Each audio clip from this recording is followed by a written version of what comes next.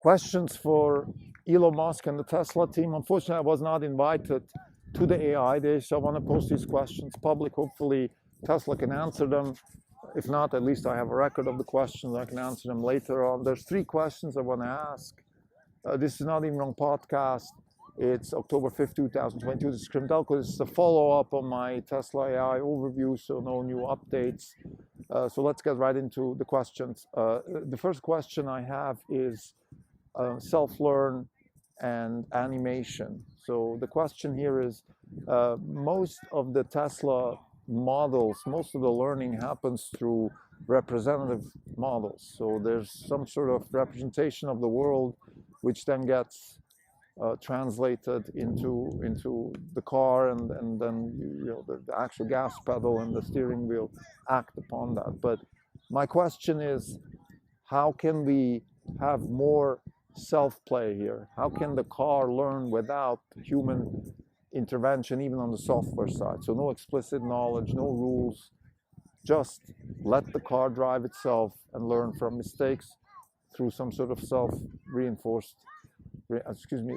unsupervised reinforcement learning. That's one idea. I haven't heard that word, reinforcement learning. So I wonder, where do we stand on that? Is Tesla interested in that kind of approach, and leaning on the experience of DeepMind and AlphaGo Zero, where the system learned how to play Go without even knowing the rules of play Go? And what's interesting about that is that the system actually was coming up with strategies that humans wouldn't even think about. So this would be my first question. My second question, it's on the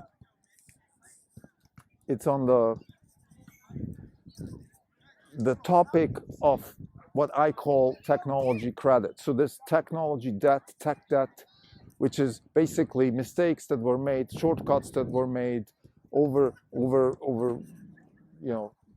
periods, and people sort of carry those shortcuts and mistakes, and then that's called tech debt. Now, tech credit is kind of the inverse of that, which is when you start too early with something, when you could maybe wait a few years and be a lot more productive in solving a certain problem.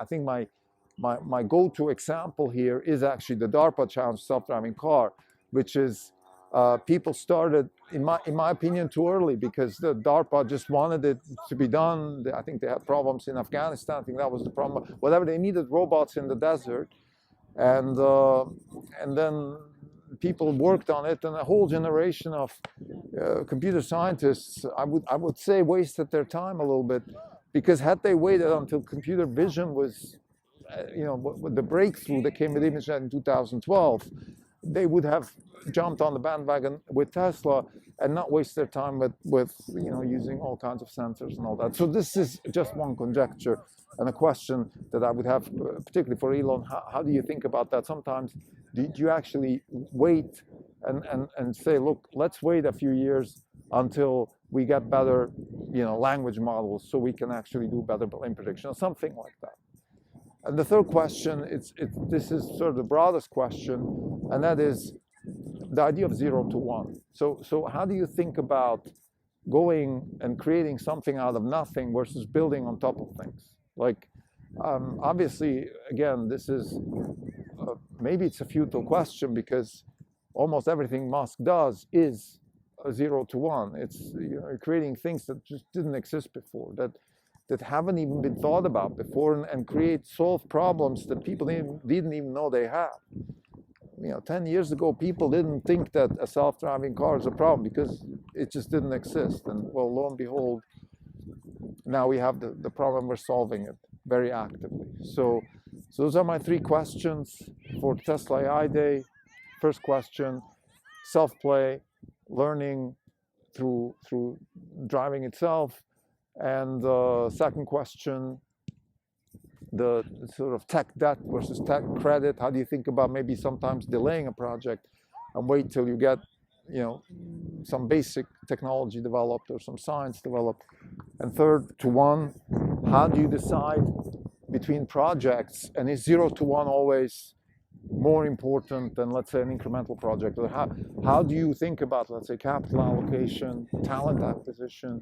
How much more difficult is it to do a 0 to 1 project?